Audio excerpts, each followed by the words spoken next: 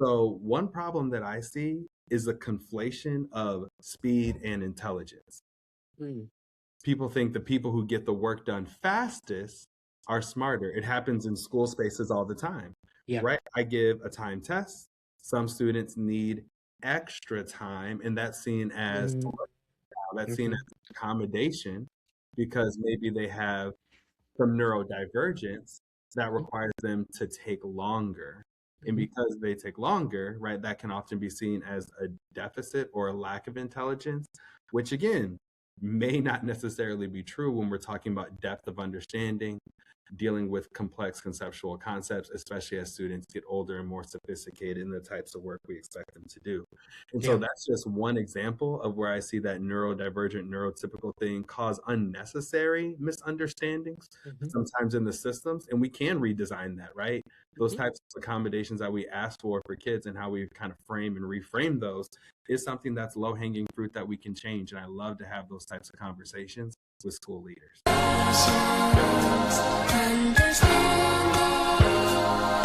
Peace, my people.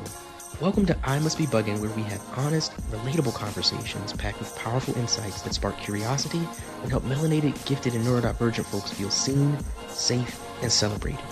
Here, labels don't have to feel like pathology, and complexity feels comfortable.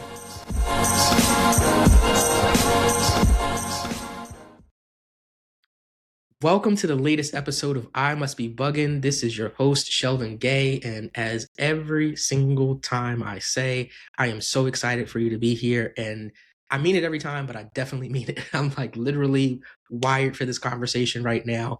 I'll tell you about our guest here in a couple of seconds, but as we always do, let's start with a visual description for those it might be helpful for.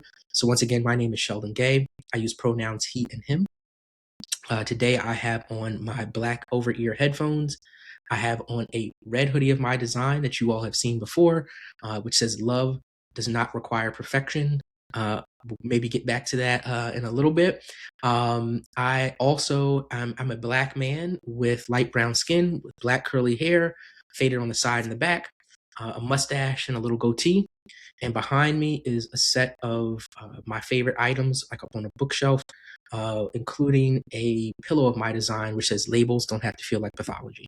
And so, with that, let me introduce our guest.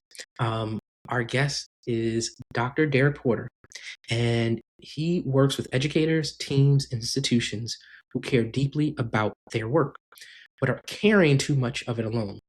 His work supports people navigating burnout, complexity, and constant demand by helping them slow down, think more clearly, and reconnect daily work to their purpose.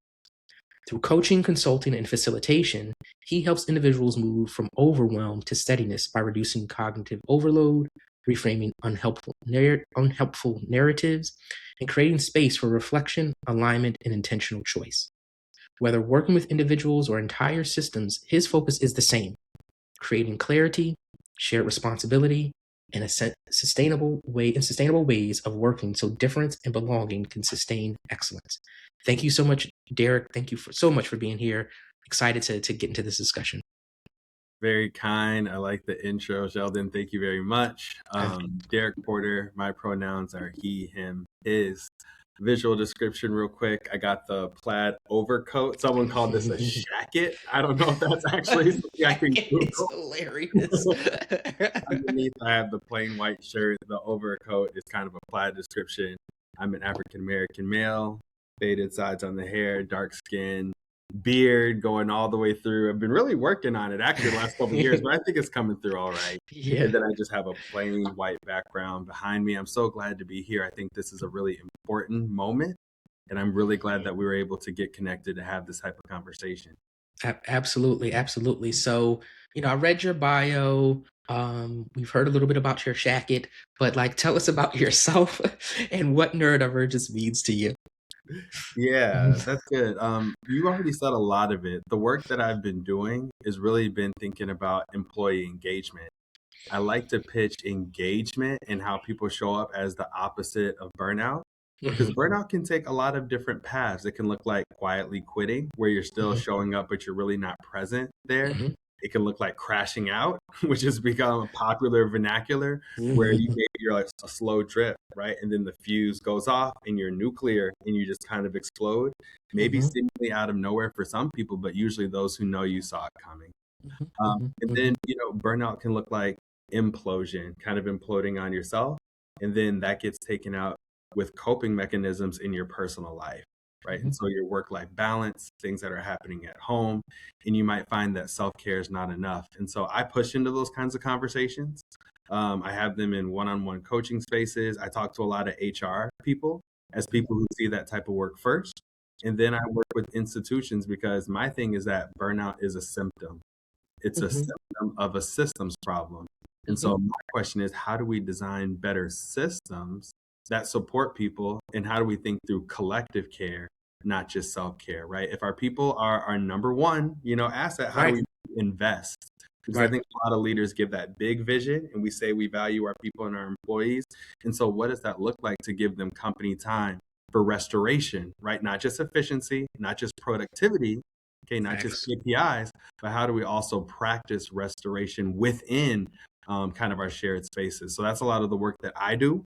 In terms of neurodivergence, I feel like that term has evolved, from things that it used to be maybe when I was a child compared to where we are in the landscape now. And I think that's beautiful.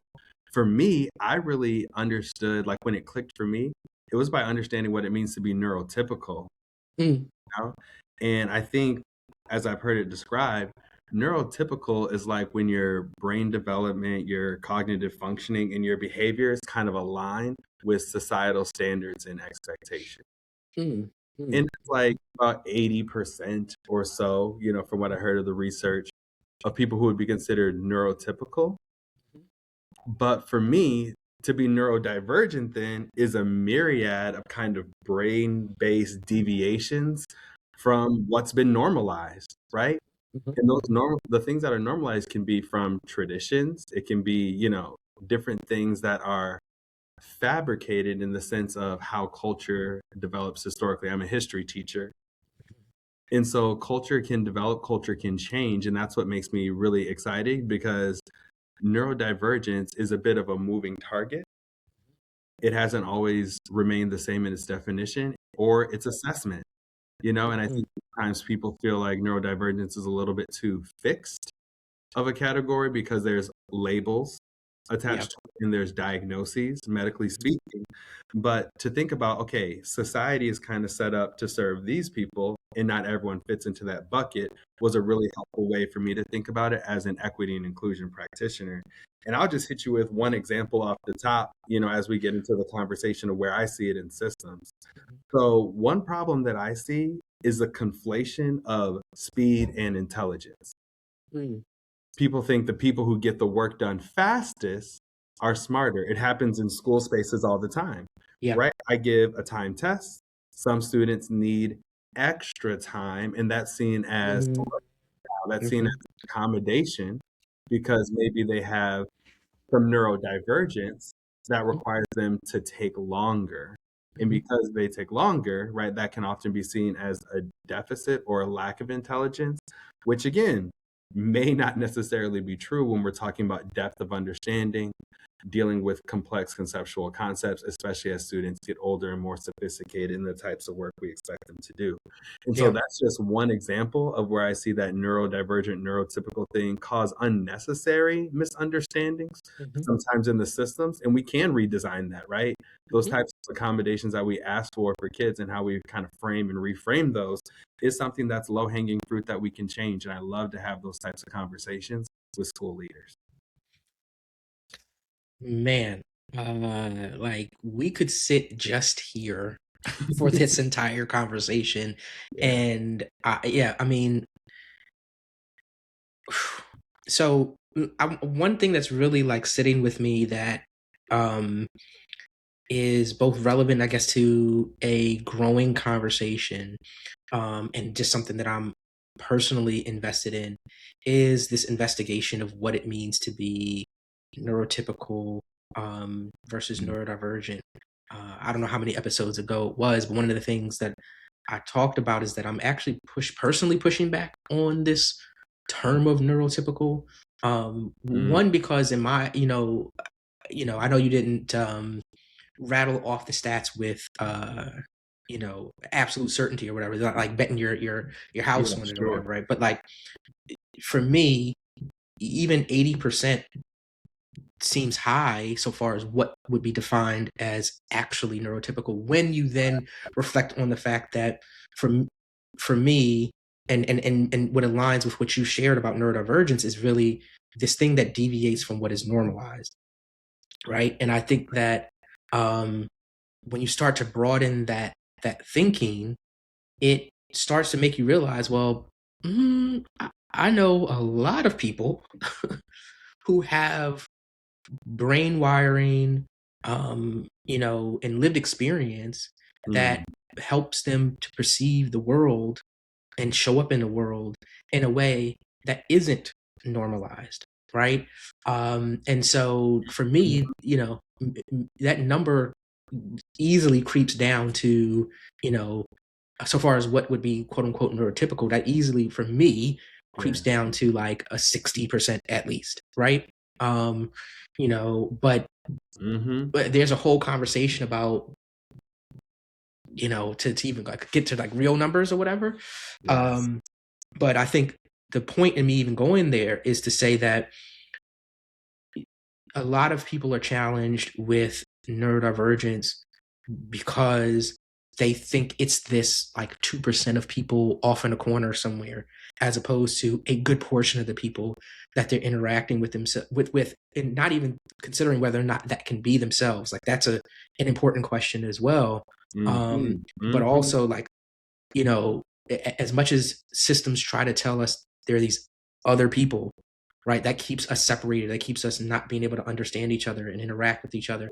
And going back to those things that you're talking about as relates to the systems within an organization, that's the things that do lead to like burnout, because now there's a good amount of people who are trying to align with a system that doesn't actually align with them, right? And you start to have all these challenges. So I could go on for days, but yeah, I don't know if you had anything else to add, kind of like around, what I was just sharing, or like I said, things that were, coming up as you were reflecting on the things that you shared. But I wanted to make space for that.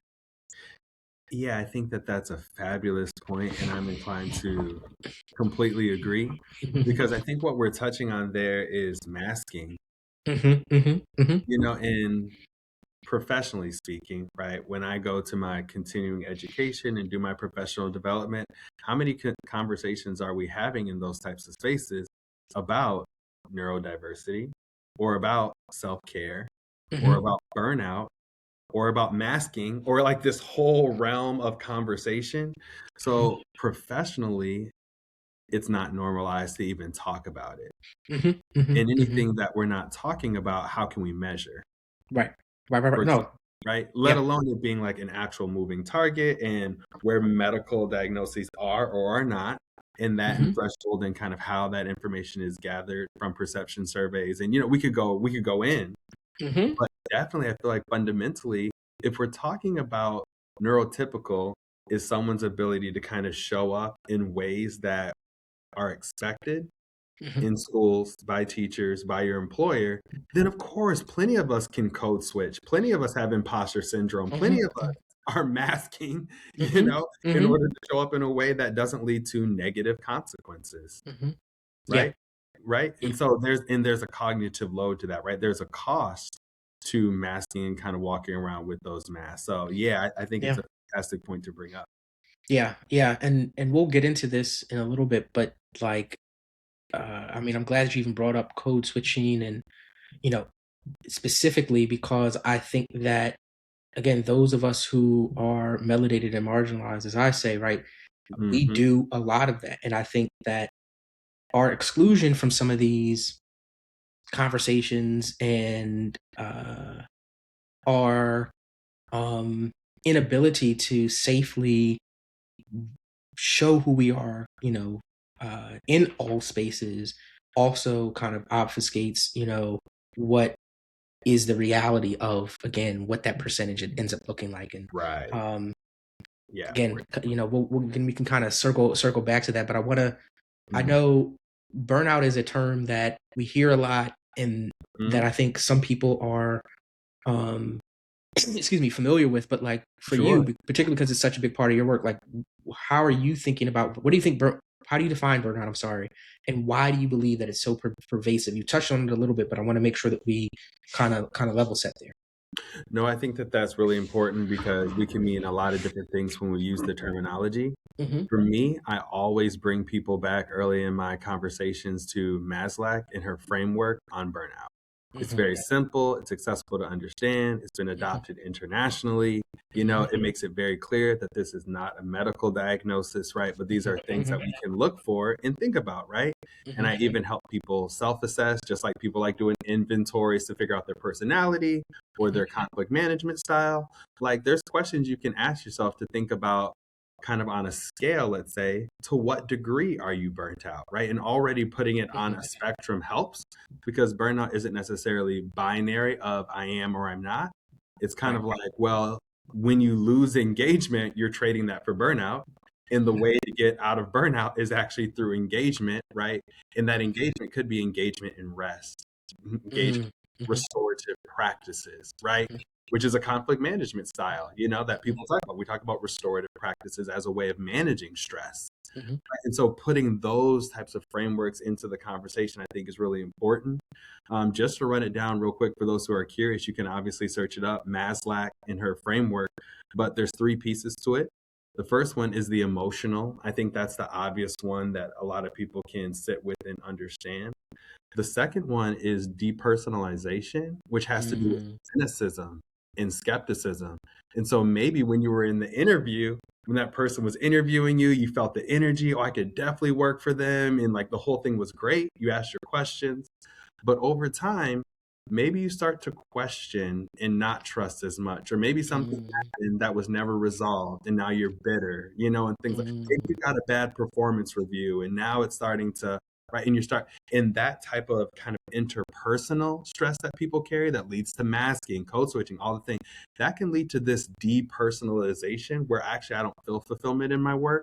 I need to separate myself from my work, right? And I become much more transactional, much more quid pro quo, much more task based than actually getting that fulfillment. And ultimately, that's going to lead to that third phase, which is efficacy, right? That belief in self, that belief that I matter. If I stop showing up to this space, people will actually notice that I'm gone. I'm not just on an assembly line and easily replaceable, right? That if I'm not at history class and I get a substitute, there's something that's actually lost there. I can't just get substitutes. A relationship with students. Right. But as soon as I lose my purpose, and to do Simon Sinek, as soon as I lose my why, right? Start with why. As soon as I lose that, I'm on a fast track to burnout, right? That's part and parcel of it. And I think that's something that people don't always consider because a lot of us don't have the privilege to work for pleasure. We're to work for responsibility. And that's a different type of space to be in that I want to acknowledge off of that too. Yeah. Yeah. Wow. A couple of really like insightful things that you just said. I mean, one, I will put in the show notes, you know, some information about, sorry, Maslach's, The you know, burnout framework. the burnout, right? Like the framework, right? So I'll definitely put that in there for folks. But to that end, yeah, when you think about in friend groups, in family groups, in a school, in, you know, an office space, right? These are definitely things. If anybody has ever experienced any level of burnout, those things, as Derek was speaking, will resonate, right? Because I can think about the last time that I was working in corporate, there were things that I worked through was like, okay, at this point, yeah, I'm very much so on a transactional level. Like you need what by the end of the week? Okay.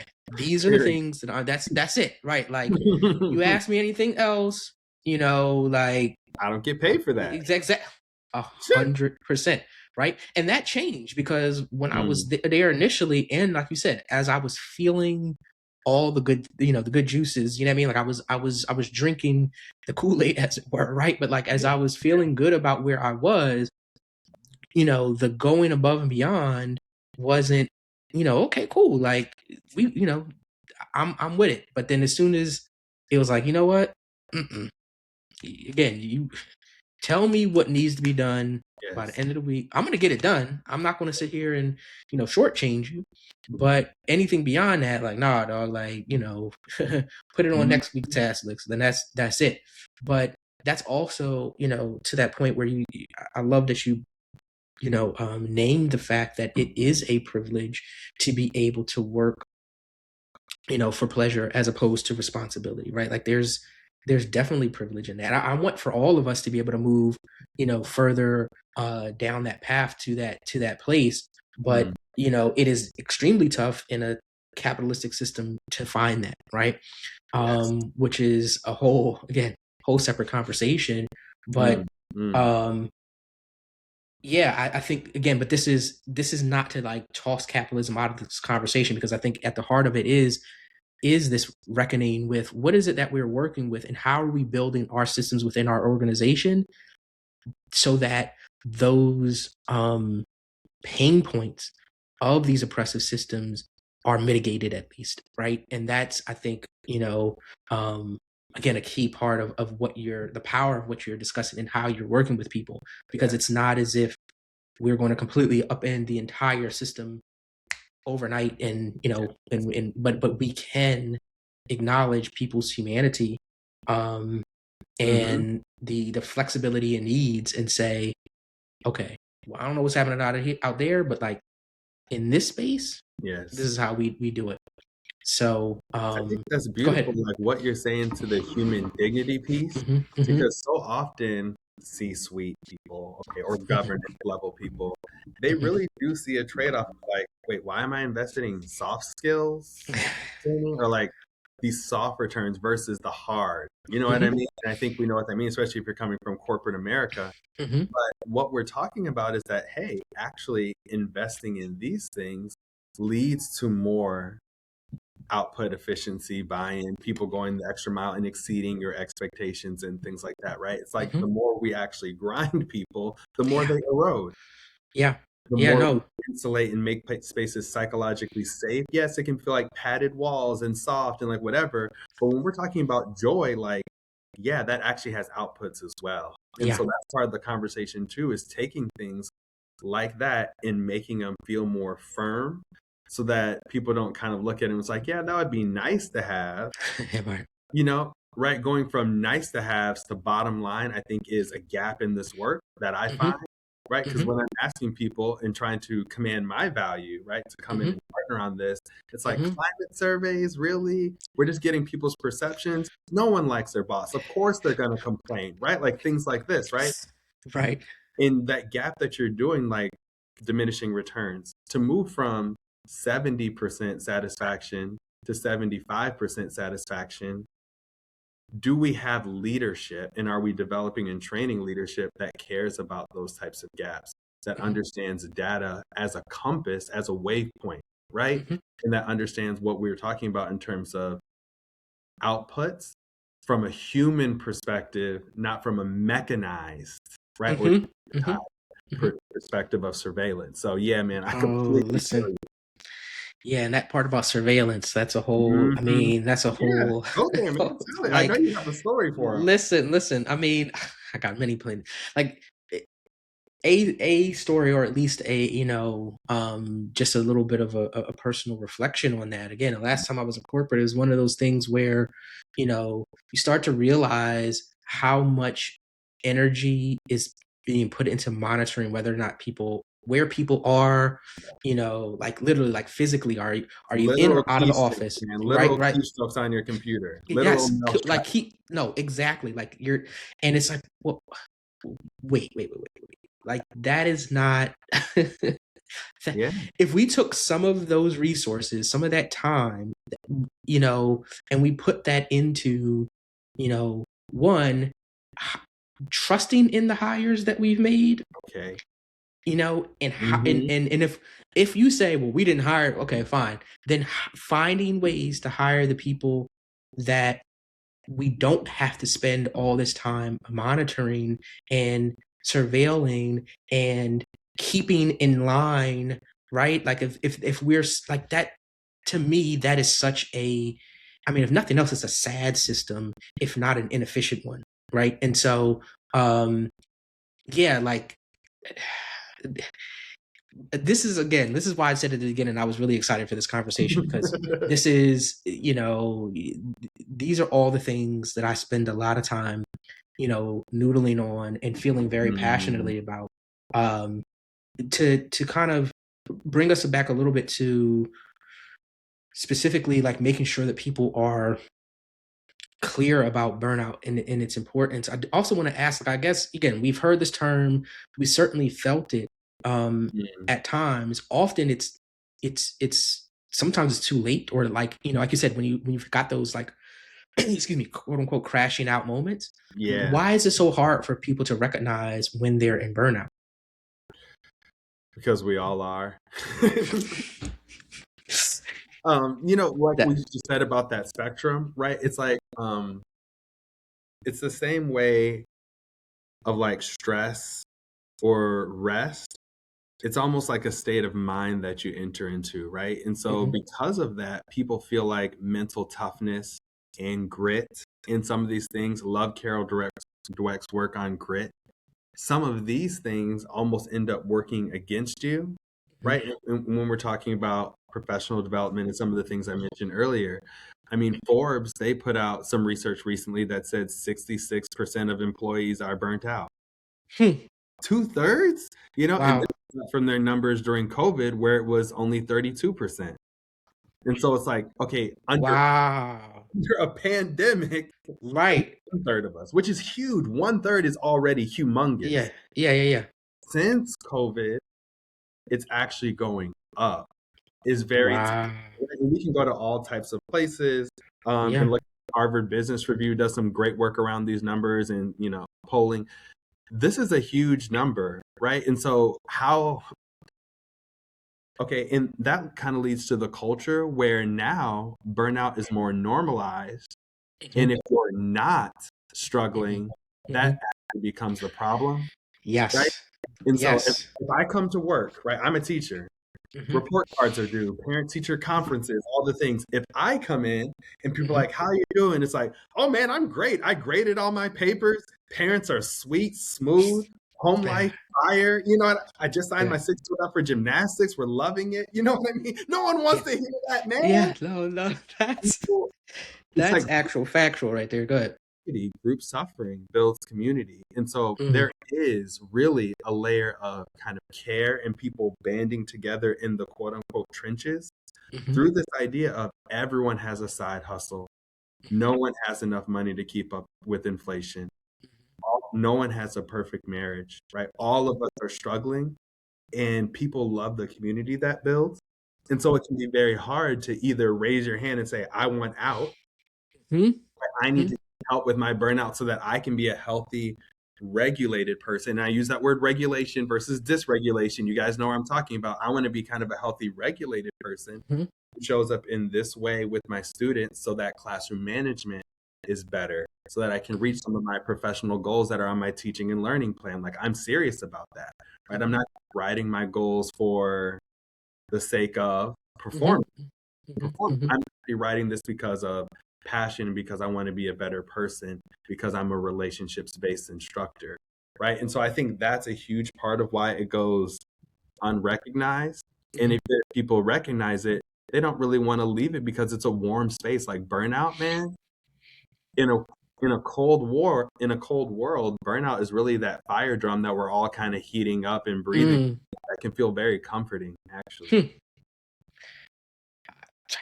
Man, again, we may not get through all these questions the way this. Hey, that's okay. But too. Hey, have me back. That would be great. But that I love, how you approach that. But in simplicity, I'll kind of just pick off the piece at the end, right? I think you're exactly right as it relates to this warmth that we get right from the things that come with burnout culture, right? And not like you said, being that one that's like, I want something different, right? And because one, it just takes an awareness, right? Because if again you look around and you're like, okay, everybody else is doing it this way, I've not seen anybody kind of step outside of this, or the only people I see step outside of this are these like very rare exceptions. I don't think that could be me. So Right. I have to accept what is here, right? And I think again through your work, it's important to bring that awareness. Say no, there's a way for like everyone to access something different, and to realize, yes, I want for us to.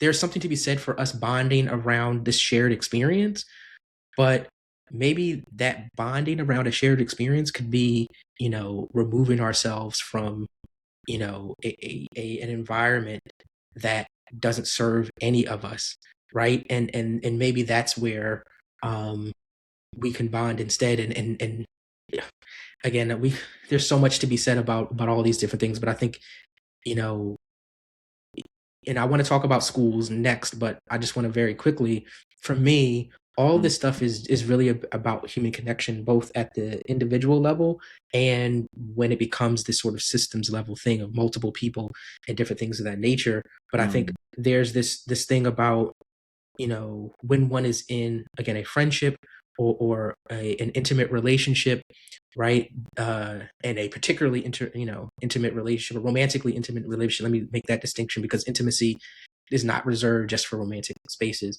But when you start to think about showing up for those people, showing up with those people, some of these same things come up, right? Where you're like, we could actually interact differently, right? Particularly we've got friends from 20, 30 years ago, whatever. And you're like,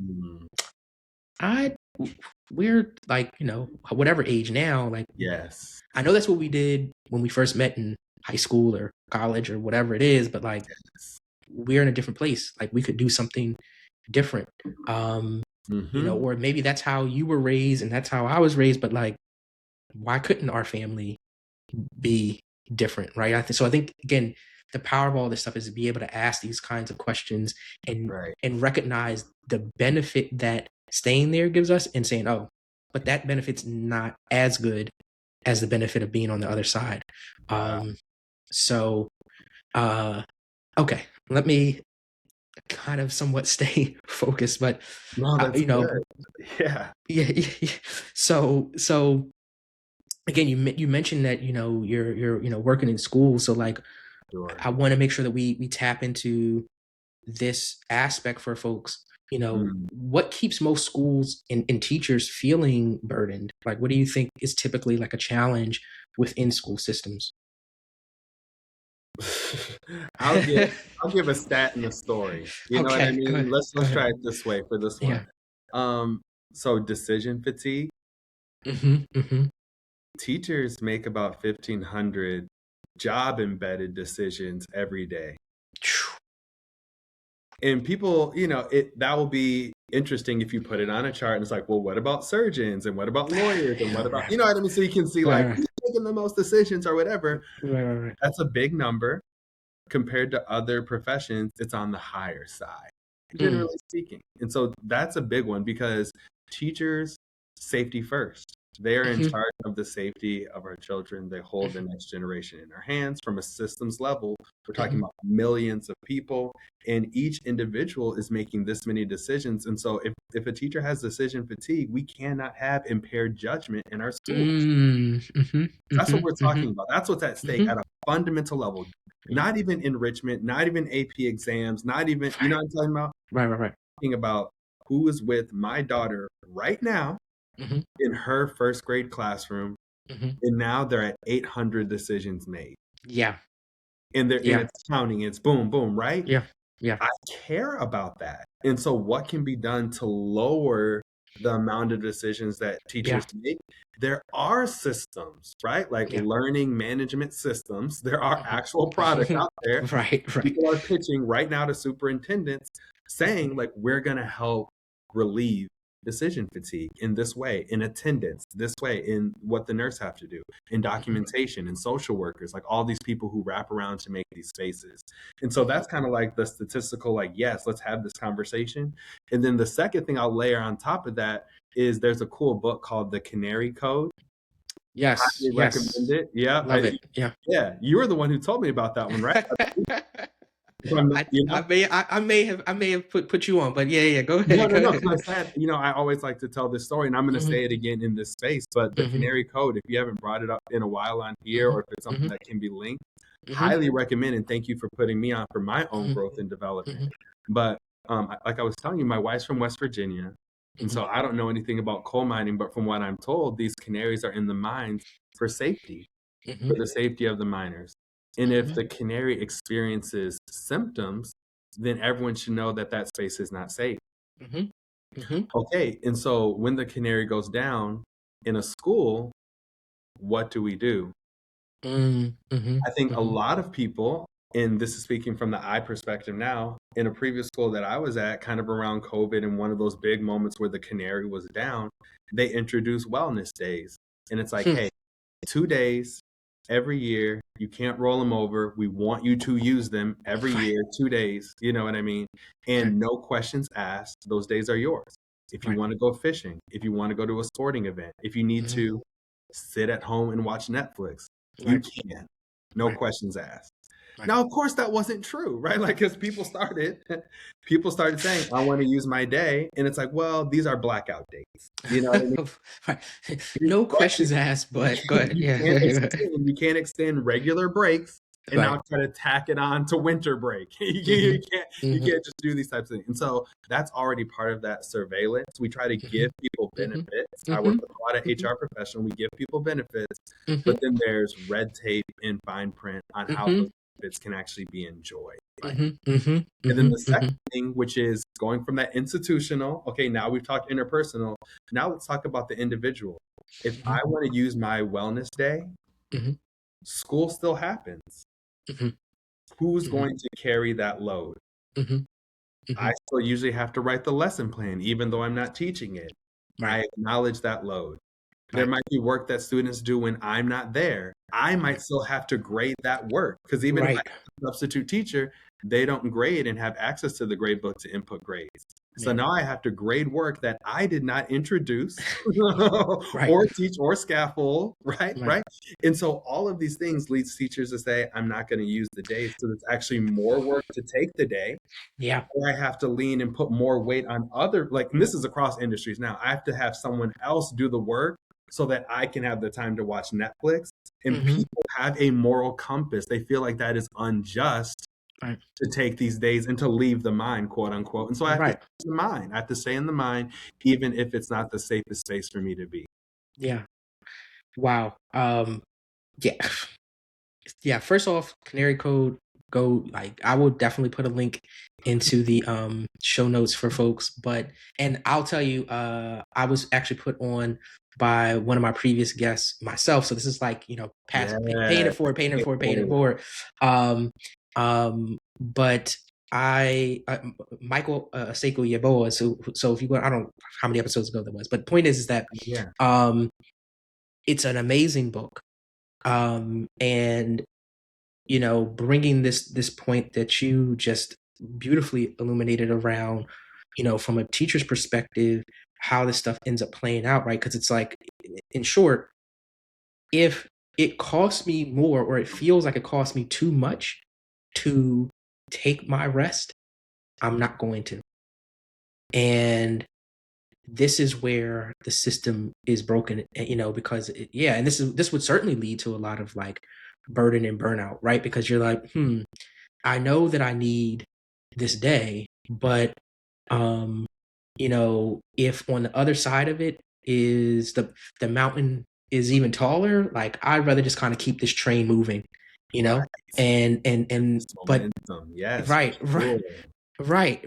And so, but the challenge is, like I said, that's not sustainable, right? Like, whereas, as you were pointing out, right, that's not sustainable. And so we do need to question these systems, and challenge how we can reorganize so that that Mhm. burden isn't as large, so that people can actually take these days, because Mhm. ultimately it does benefit everyone, you know, uh, on the large scale. I don't know, you know, I can think of maybe some ways, but I guess I Mhm. did also want to specifically ask, as two melanated brothers sitting here having this conversation, Mhm. Mhm. how is this particularly challenging for Black or otherwise melanated people?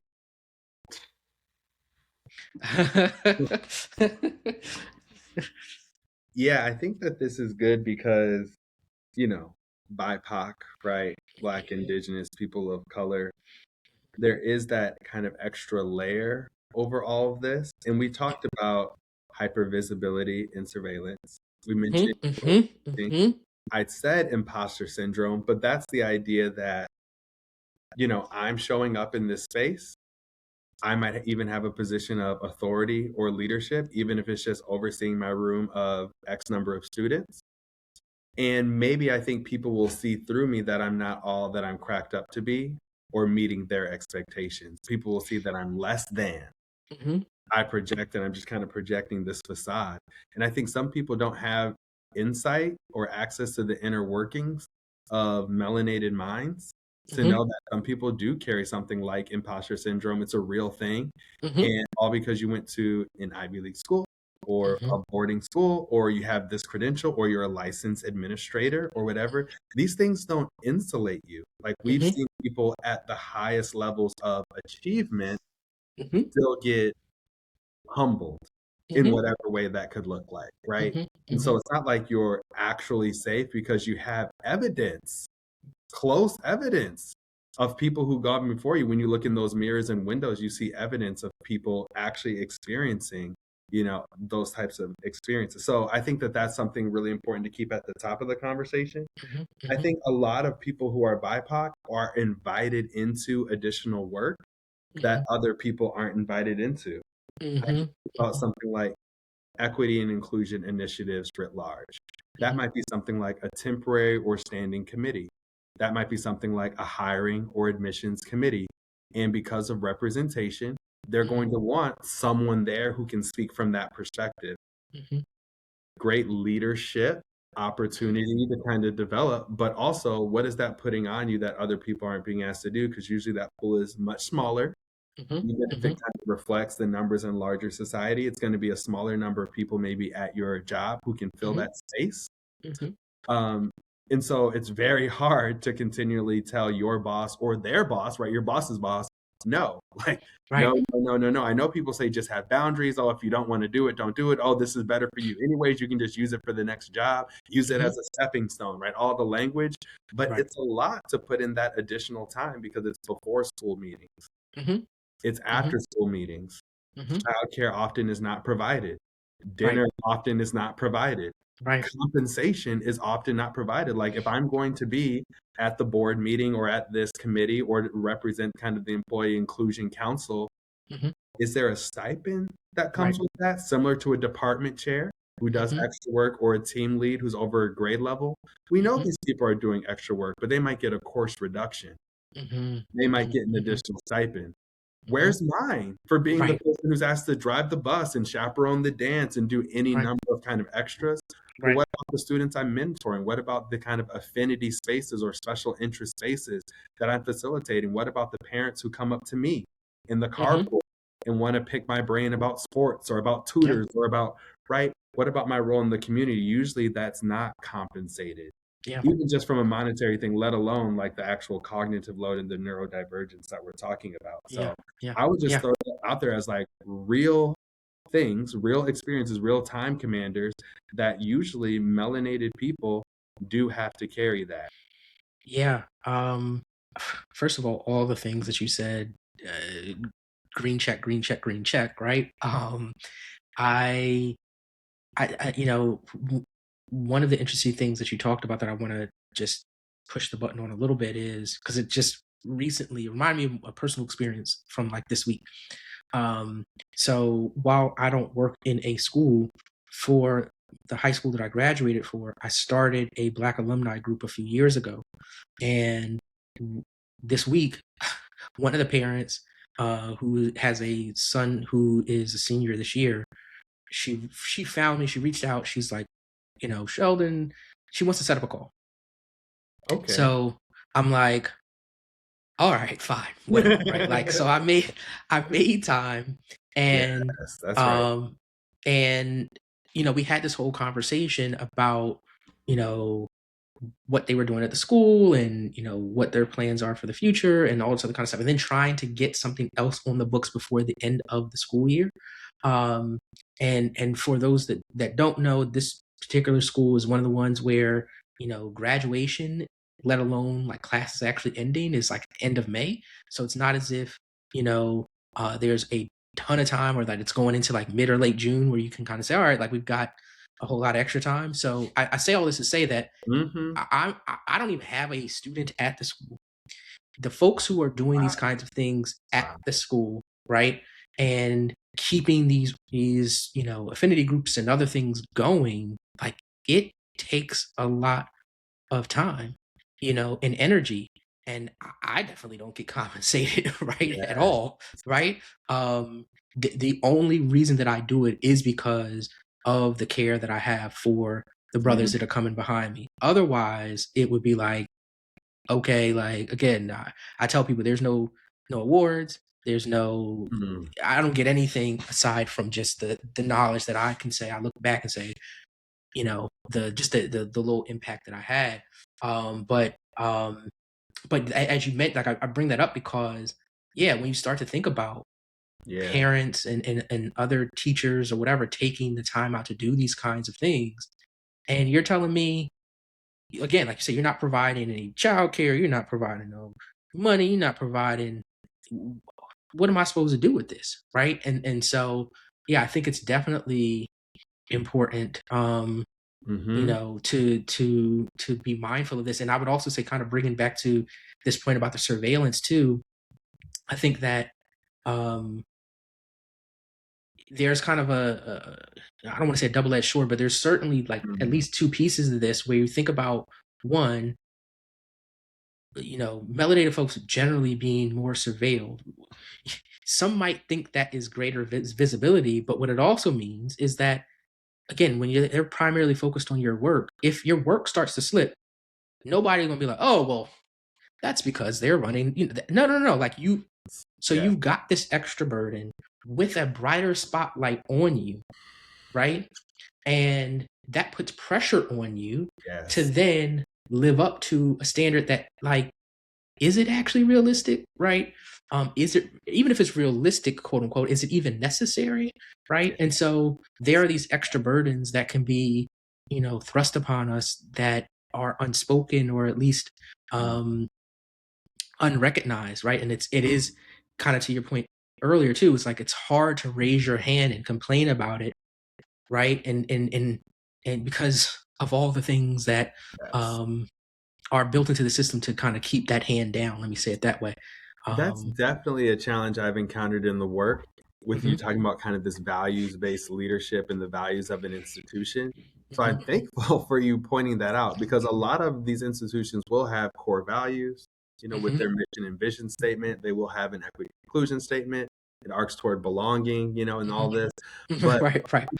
like you said about individual values Mhm, versus kind of community values, mhm, I think that might be part of the fundamental tension that people don't understand when they're dealing with BIPOC people, mhm, community members, families, employees, whomever, mhm, because mhm, yeah, people might see and judge what you're doing and, these opportunities.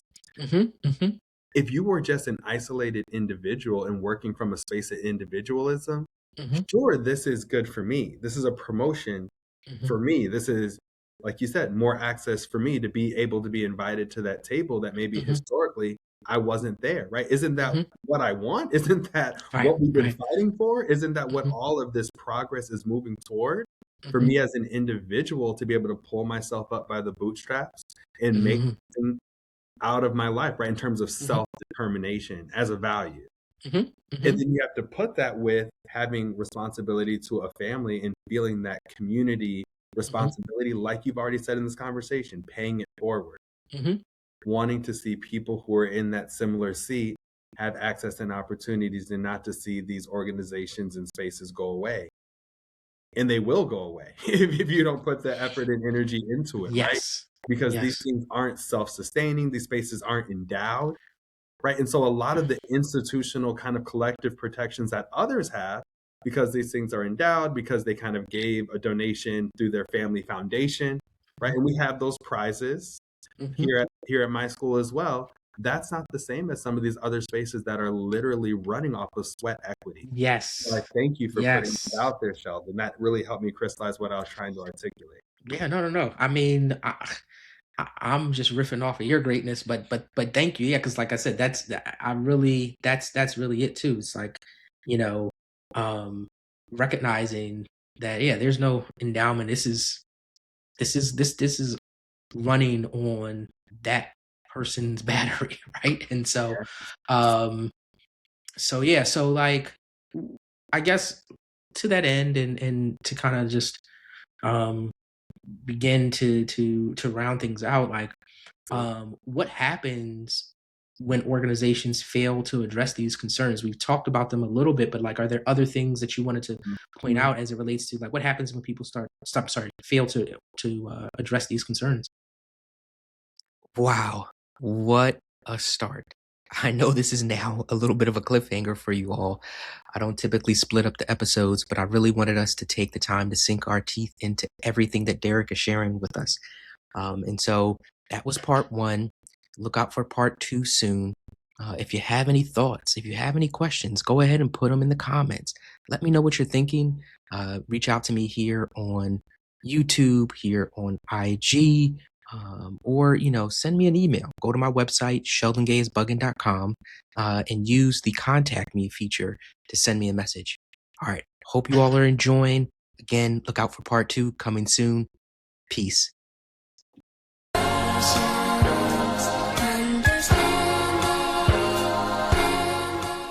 Thank you for joining me on another episode of I Must Be Buggin'.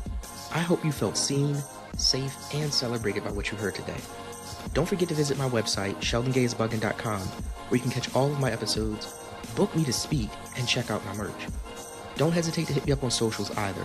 I'm eager to hear your thoughts, your experiences, and your stories.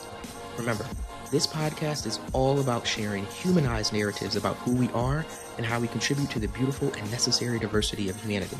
This is our place to unmask and just be. And if you've enjoyed today's episode, please share it with a friend, leave a review, and subscribe. It helps our people find community. So until next time, stay up and enjoy who you were meant to be. Ashe.